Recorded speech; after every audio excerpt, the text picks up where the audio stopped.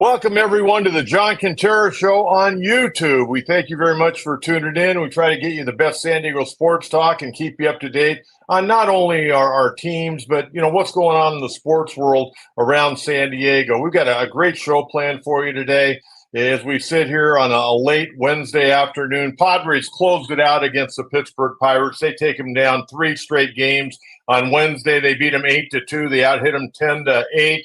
And once again, the Padre pitching, really the entire series was absolutely off the chart. Martin Perez, the veteran left-hander just recently acquired from the Pirates, went out there in his third start with the Padres and did another masterful job. 5 1/3 innings, giving up 5 hits, 1 run. It was earned. Hit a batter, a walk, and 8 strikeouts. Improved to 3-5 on the year and a 4.62 ERA overall. But as a Padre now, he's made the 3 starts. He's given up 4 runs. All have been solo home runs. He's gone 18 1/3 and given up only 4 runs. And I got to tell you, the bullpen is coming up big for the Padres. Again today on Wednesday, Brian Hoeing, an inning and 2/3, a strikeout. He looked really solid. Sean Reynolds, who's been back and forth recently to AAA, he came in and through the 8th inning, he was nailed, looked really good with 2 strikeouts. And boy, he got a big-time arm. And then Adrian Morejon, who's had a really good year, but struggled on Wednesday. He went an inning, gave up 3 hits, a walk, a run, but struck out 3. And overall, Adrian's had a marvelous year at a 2.92 ERA coming out of that Padre bullpen. And once again, the Padre offense got the job done. They were 4 for 6 with runners in scoring position on Wednesday. And you got to like the way these guys are getting it done. Luis Arraez, a 2 for 4 day, had an RBI double in the 2nd inning. Jake Cronenworth, who now has a 6-game hitting streak, starting to find that stroke again. Cronenworth, a big 3-run homer to get the Padres rolling in that 1st inning. And then David Peralta, he had another homer. He homered on Tuesday night. He homered on his 37th birthday on Wednesday, doing a great job. And we're going to talk more about David Peralta here in a few minutes. And a guy that I want to talk a lot about today, Jackson Merrill, just prior to Peralta's home run in the 3rd inning, he had a 2-run triple and continues to play lights out center field. So a great win to close out the brief 3-game set against Pittsburgh. And now the Padres will be off on Thursday. They open up a 3-game series on Friday night at Coors Field against the struggling Colorado Rockies. Now remember this, the Colorado Rockies this year against the Padres are 6-4. So even though the Rockies are scuffling big time right now, Padres got to go in there and take care of business. Seriously. I mean, Padres 4-6 against the Rockies this year. That's not going to get it done. Wednesday was an outstanding performance. Really, the entire series was outstanding for the Padres. You take a look at what they were able to do on Tuesday night. Michael King, and I know there's a lot of concern regarding Michael King and, how many innings he's going to throw, but I can tell you, just watching, not only watching his velocity, the movement on his ball, but watching the swings that hitters are getting against him right now. I mean, they're not picking things up. He's pitching out of this world, and hopefully he can hang in there. Now, one thing, you take a look at the game log of when he's pitched. He's only pitched 4 times in the last 29 days. So it's not like, they're working him every 5th day. He's getting a little extra time off. And, of course, he had that left calf injury where he missed a start. They moved it down a few days. So, basically throwing once a week right now. And the way the Padres are playing, they're 16 games over 500. They can afford to do that. If they want to even skip them in a start, they may be able to do that somewhere along the line. But you know what? I don't think the Padres are just looking to be a wild card team. I think with the way they've been playing, and we're going to get into their numbers here in a few minutes. I mean, they're them and the Diamondbacks, who won again on Wednesday, and the Padres and Diamondbacks are still tied for 2nd place. I think both the Diamondbacks and Padres, they have their sights set on winning this division because the Dodgers have been a little bit up and down, but the Dodgers have also won 5 straight, and they're starting to get some of their injured guys back. Be interesting to see how this race goes down to the wire. And remember, the last week of the season, the Padres play the Dodgers 3 times, and they play Arizona 3 times. So who knows? We may not know until the final day of the regular season. Wouldn't that be something? But you go back to Tuesday night, Michael King, 6 innings, 7 hits, no walks, and 10 strikeouts. Picks up his 10th win of the year. He's 10-6, drops his ERA down to 3.19. And really, when you look at the offense, Padres scored 3 runs. But David Peralta, once again, 2 for 3, hit a homer that night, able to get the job done. Manny had a sac fly, drove in another run with an RBI single, and that was the Padre offense. Padres, until Wednesday, really weren't doing a whole lot offensively. But a good win on Tuesday night, and then we got to go to Monday night. And, man, I was holding my breath Monday night. I wish the Musgrove family the very best prior to first pitch, and I just hope Joe not only could go out there and get the job done by getting guys out and going as deep as he possibly could. He was on basically a 60 pitch count. He ended up, going, what he ended up throwing 61 pitches, I think, that night. But, hey, he looked great. I mean, Joe really went out and I thought did an outstanding job. He actually threw 63 pitches, 4 1/3, 2 hits, no runs, a walk, and a strikeout. And I thought overall Joe's stuff was good. I mean, there were a couple of times he tried a little bit too hard on his breaking ball, but his breaking ball, when he got to the release point, was solid. A couple of times he tried to do a little bit too much and left that ball inside to where it was a ball. But that was a blessing, and hopefully he feels good. Hopefully he feels good. He's going to be making a start at Coors Field over the weekend. But that was a real positive, a tremendous positive for the Padres. And Joe has said that, hey, he doesn't want to have surgery to have that bone spur taken out because a lot of times that leads to Tommy John. He's going to try to pitch with it really the rest of his career. He's made some alterations. He's using his lower body a little bit more, and working a little bit more directly to the plate. So maybe that'll take some of the stress off that elbow. But I thought he looked good. And then Jeremiah Estrada came in, pitched well. Tanner Scott, Robert Suarez pitched well on Monday night, did give up an earned run, 2 hits, but throwing the ball well. So all in all, great series for the Padres. They did exactly what they had to do. And, I know people are making mention about, well, the Padres haven't been playing anybody any good recently. Doesn't matter. Doesn't matter at all. I mean, seriously. Yeah, they beat Pittsburgh, 3 games in Pittsburgh. Then they went down to Miami, took care of business in Miami, came home to take on the Buccos, swept them. They're playing lights out right now. They're doing a great job. They've won 8 series in a row. I mean, their numbers are crazy. Let me share some of those numbers with you. I mean, right now, since July 20th, the Padres have won 19 of 22 ball games.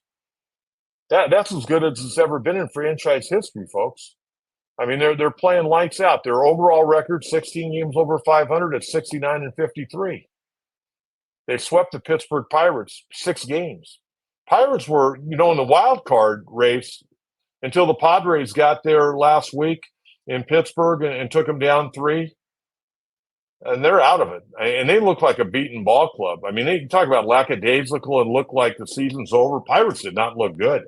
They did not look good at all. If I'm Derek Shelton, I got to be a little concerned about not only where my team is going, but if I'm going to have a job. Because that really kind of comes back on the manager when it looks like guys are lackadaisical and they got some problems. I mean, their shortstop, O'Neal Cruz, I don't think he's 6'7". He's a talented athlete. He can play somewhere. Got 18 home runs, but he can't play major league shortstop. Him and Ellie De La Cruz of the Reds, they lead the National League in errors. They got 23 and 24 errors respectively. Can't have a shortstop making that many errors. You can't have a championship ball club. So they've got some issues there in Pittsburgh. But nonetheless, hey, like I always say, it's not who you play, it's when you play them. They got the Pirates when the Pirates were really down and really scuffling. But the Padres are rolling. This has been as good a run as we've ever seen in Padre baseball history. I mean, in August, the Padres now are 10-2. They're 20-8 against the National League Central. And we know the National League Central is not all that strong, but at the end of the day, they're taking care of business. How many Padre teams have we seen that they go in against lesser teams like Colorado? And I mentioned they've got a losing record against Colorado. They're 2 games under 500 against the Rockies this year, and burp it up. Go into Colorado and get at least 2 out of 3. Heck, try to sweep them. Win Friday night and try to get a sweep and get back because you got some tough games coming up. When they come back, they got Minnesota for 3, and then they got the New York Mets for 4. And let's face it, the Mets are in the wild card. Heck, the Minnesota Twins in the American League Central, they're trying to catch the Guardians or at least be a wild card team. So those will be some pretty good games to watch if you're a Padres fan. A couple of other numbers. Since the All-Star break, Padres 19-4. I mean, this is great baseball. And really, we were concerned about the pitching. The pitching's holding up. And what AJ did with this bullpen of getting Hoeing, he's doing a great job getting his opportunities. Jason Adam pitching lights out. Tanner Scott's been good. And then you got Suarez, been fantastic pretty much all year long. I mean, I don't know about you, but I'm pretty excited because I think if you get to the postseason, you're sitting in pretty good shape with Dylan Cease, who some people think could be as good a pitcher as there is in baseball when he's on. Hard to argue. Guy threw a no-hitter this year. He's putting together some really good numbers. Michael King, if he hangs in there and the innings don't eat him up somewhere along the line, they're in great shape. Now, I want to get to a couple of other notes. I want to talk about Jackson Merrill, and then I'm going to talk about Yu Darvish, and I'm going to talk about David Peralta. Jackson Merrill right now hitting 288, 17 dingers, 66 RBIs, 13 stolen bases, 801 OPS, and playing a lights-out center field. I mentioned, he should be in the running for the National League Rookie of the Year, which he is. And everybody's starting to kind of figure it out on the East Coast. And Paul Skeens, given a little bit of ground lately, but again, he's not an everyday player. Maybe they should have the pitcher of the year, the rookie pitcher of the year and the player of the year from a rookie, from an everyday player. But what I really enjoyed in our last podcast, I brought that up. And then our buddy Bryce Miller from the Union-Tribune had a great article in Tuesday's paper regarding, a pitcher compared to a position player. And I talked about it on the last podcast that Devin Williams, who's lights out closer now, he was a setup guy that one year in Milwaukee when Josh Hader was still there, and he beat out Jake Cronenworth for the Rookie of the Year, and he pitched 27 innings. Now, Skeens has thrown 92 innings right now. He's got 115 strikeouts, a 6-2 record, and a very low ERA. ERA climbed a little bit over 2 in his last outing against the Dodgers. But when I read this article the other day, and I loved it, and I'm going to share some personal experiences with this gentleman in a minute, but he had an article talking about, a player compared to a pitcher, and the great Fred Lynn. And the great Fred Lynn is the great Fred Lynn. I got to meet Freddie when I was 16 years of age, and I'll get back to that in a minute. I'll tell you kind of a cute couple of stories of my relationship with Fred Lynn. But Fred's comments regarding Jackson Merrill, quote,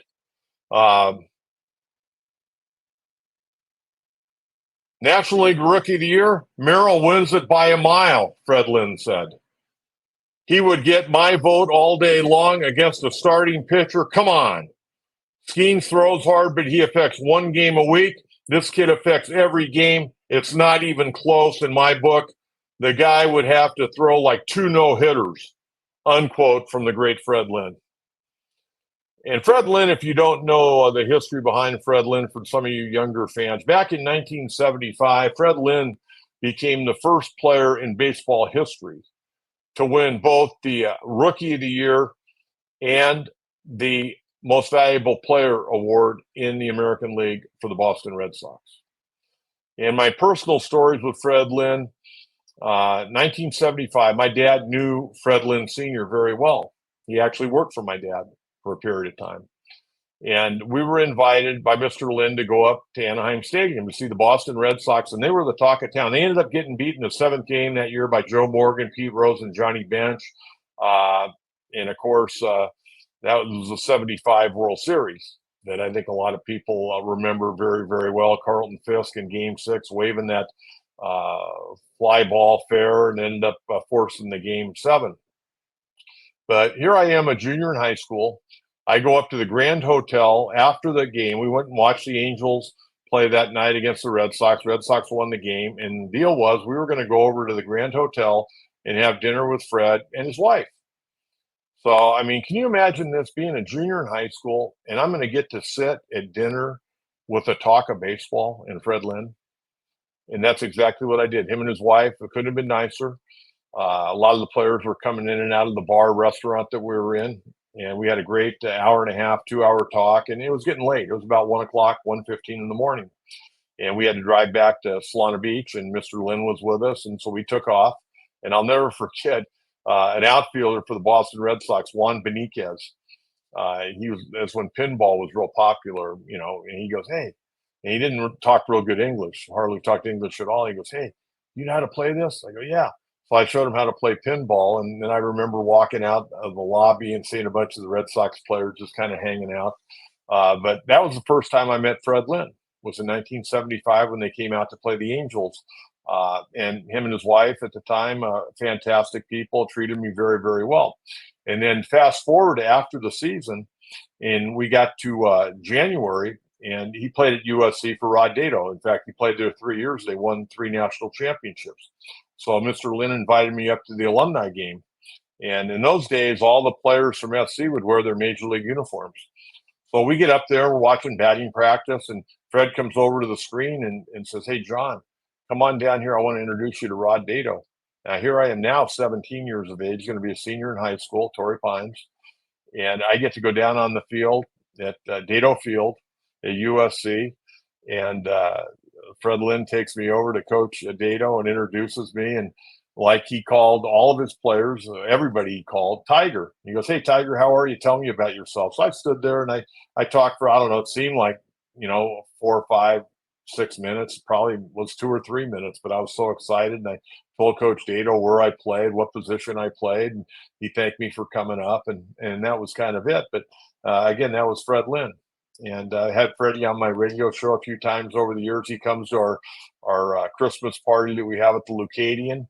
Him and his wife come, and we have a great time, and just a marvelous guy. But I was really happy that he came out and really gave a glowing endorsement of Jackson Merrill. Because if you remember Fred Lynn's a Hall of Fame player. The problem was Fred Lynn never backed down from going against the center field wall, and he got banged up quite a bit. But played a long time in the big leagues, won a batting title. As I mentioned, the AL and Rookie of the Year, AL MVP in 1975. Had an incredible career and played this last year for our San Diego Padres and lived in San Diego County ever since. So Jackson Merrill, hopefully people are paying attention. Now, I want to give you a real good update on Yu Darvish. There's been a lot of talk regarding Yu Darvish the last couple of days about him back throwing. Not a lot reported other than he's been seen out throwing locally. Well, that's true, but I'm going to go a little bit deeper. But I also want to state Yu is still dealing with the family situation, a very personal matter. He's on the restricted list. The Padres aren't paying him as of right now, and they haven't been. But he's been throwing, and he's been throwing for the better part of a month, about 3 times a week. Now, does that mean he's coming back this year? I can't say it is, but I do believe he's going to be talking with the Padres, and he may have already talked with the Padres.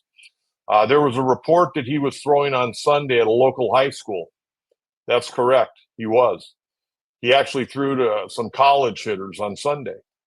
But what he's been basically doing, and I wrote it down, his throwing program, he'll throw one day a side session. Then he'll take a couple of days off, and he'll come back and he'll do ups and downs. And what I mean by that, he'll throw maybe 20 pitches. He'll go sit for 5, 6, 7 minutes, and he'll get up and throw 20 more to try to increase his, his durability and lengthen him out a little bit. So he's doing everything he needs to do. Now, Sunday, he threw to live hitters. He threw to a couple of local college hitters, one right-handed hitter and one left-handed hitter.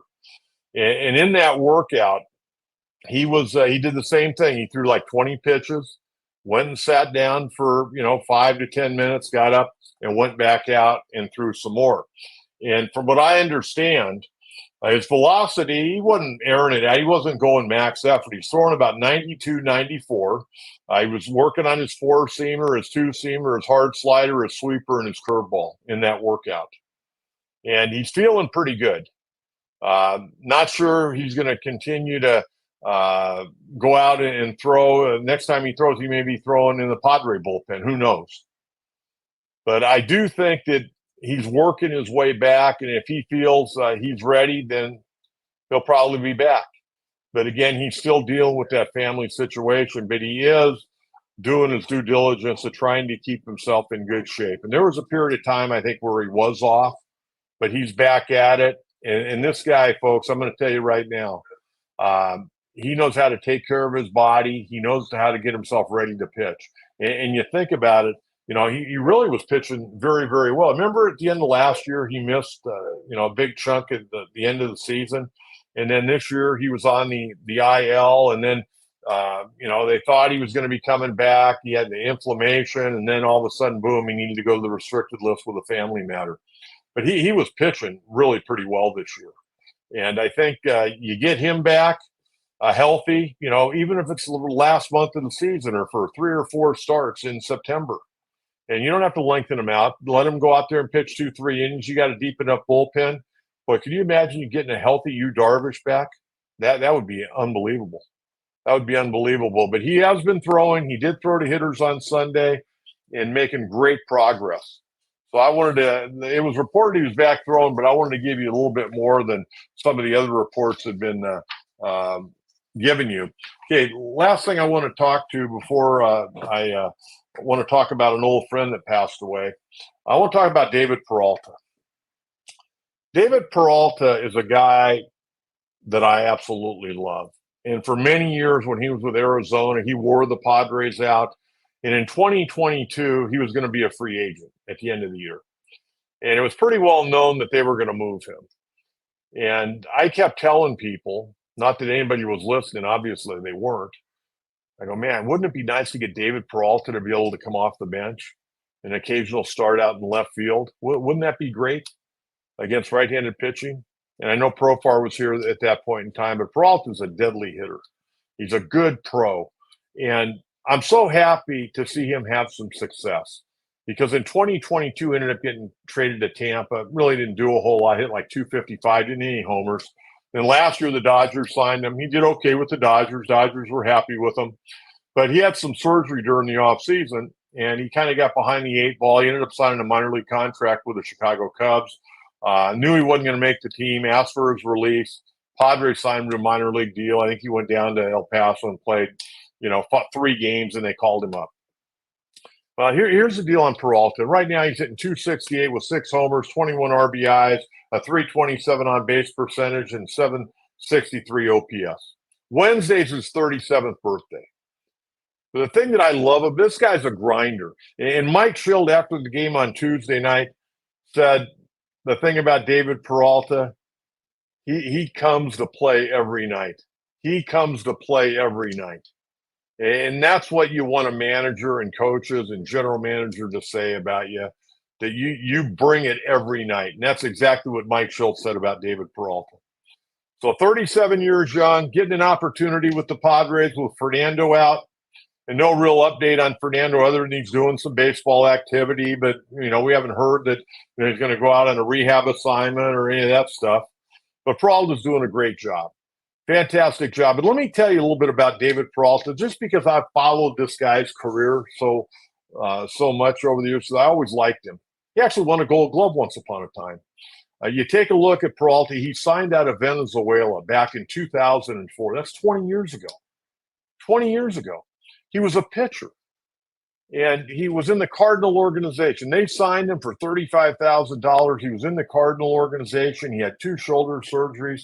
And they ended up releasing him in 2009. What's this guy do? He doesn't want to go home. He wants to continue to play baseball. So what's he do? He finds an independent league team that gives him an opportunity. Now he becomes an outfielder. So that was in 2009.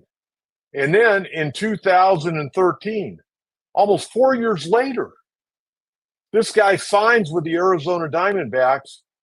And a year later, he's in the big leagues in 2014 with the Diamondbacks. He made his debut in June 26, 2014, and he had signed originally with the Diamondbacks July 3rd of 2013. That's amazing. 4 years. And the other great story, if you haven't heard it, to make ends meet and to get gas money to drive to all these games where he was playing, He worked at McDonald's. He flipped burgers at McDonald's. How can you not root for a guy like David Peralta? I mean, when it's time for him to hang it up, they're going to have to rip the uniform off him. He's not going to hang it up until somebody says, we don't want you any longer. And then, you know what? There'll be organizations, if he wants. He's made pretty good money, though. If he wants, he'll be able to stay in baseball because he's a gamer. He's one of those guys you need to have in baseball. Love David Peralta, and I'm glad he's getting his opportunity with the Padres. I've been a big fan of his for many years, and very happy to see him finally get in the brown and gold. Okay, last thing I want to talk about today, and I do need to get to the pitching matchups. I'll do that right now, and then I want to get to my final thoughts today. Friday, Padres open up a series in Colorado against the Rockies. Again, off day on Thursday. Friday, Coors Field, 5:40. They got 3 games, 3 different start times. 5:40 on Friday, 5:10 on Saturday, and 12:10 on Sunday. The pitching matchup, the way we see it right now, and of course with the Padres, that's always subject to change. Padres will go on Friday with right-hander Matt Waldron, 7-9 and a 4 even ERA. Not a good start last time out. Going against former Padre right-hander Cal Quantrill, 7-8 and a 4.56. Cal at times can be very tough. Saturday, you got right-hander Dylan Cecil, 11-9 and a 3.41, going against young rookie right-hander Bradley Blaylock. No record. He's only thrown 6 2/3 innings in the big leagues at a 4.05 ERA. And in the final game before the Padres come back to take on the Twins on Monday night, again, that game will be at 12:10 on Sunday in Colorado. Joe Musgrove making his second start back from the IL, 3-4 and a 5.20, going against left-hander Kyle Freeland, 3-4 and a 5.75. And again, the Padres will be back home on Monday night at 6:40, Tuesday at 6:40, and a day game on the 21st at 3:40. And then the Mets come in for a 4-game series starting on the 22nd, running through the 25th. So that's the matchups. And again, Colorado really scuffling right now. Okay, the final thing I want to talk about today is a gentleman, and I think anybody that's spent any time in high school or college baseball in San Diego know this man's name very well, Ed Olsen. Eddie Olsen was a coach briefly at Morse, but more people remember him from his days at El Capitan High School, where he had a lot of really good players. Jeff Bird, who pitched in the big leagues with Toronto, and I could go on. Mike Finch, who pitched at San Diego State. Bobby Casanova, Mark Miller, a catcher, who transferred down to El Cap from Ramona, played in the Cincinnati Red organization. They had a ton of guys come out of El Cap in the short time that Eddie was there. Then he took the job at Grossmont College, was the head coach at Grossmont College for 22 years. Eddie Olsen was an amazing man. There's nobody I know that knew baseball better than Ed Olsen. I learned a lot from Ed Olsen. I also coached against Ed Olsen. That was a trip. He had some good days. We had some good days, but there was a lot of respect mutually between the two. I can tell you that. I first saw Eddie Olsen coaching third base at El Cap in 1975 when I went down to watch my buddies at San Diego play against El Cap. And, man, they were well coached, well schooled in all the fundamentals.